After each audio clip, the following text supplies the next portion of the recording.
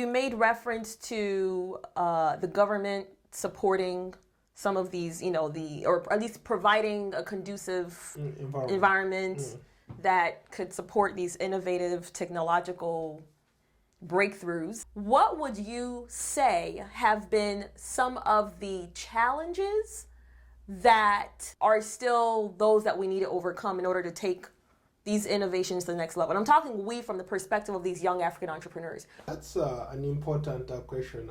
For anything to thrive, for anything to succeed, really, you need an ecosystem where you can nurture something to grow. So in some countries, the governments are doing their part.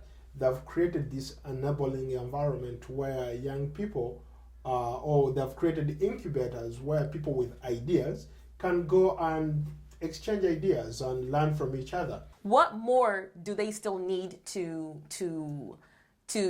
have as resources, as support?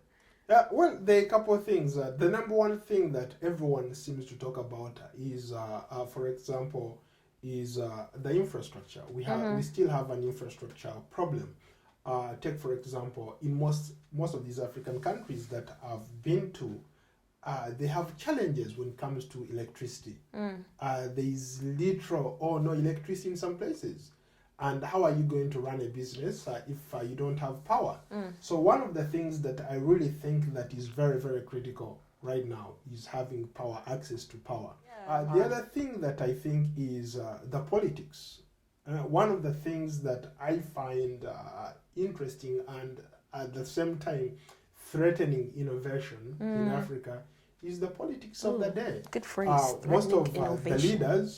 Most of our leaders really don't care about their people. They don't care about the future leaders of tomorrow, who are the young people. They're really interested in taking care of themselves and everybody else for himself. So I think there's a sort of a leadership deficit in some countries. There are some countries that are doing very, very well. They have somehow figured it out and they're doing well. But in some countries, you still run into places where the leadership, everything revolves around the leadership. So we need to get our leadership straight.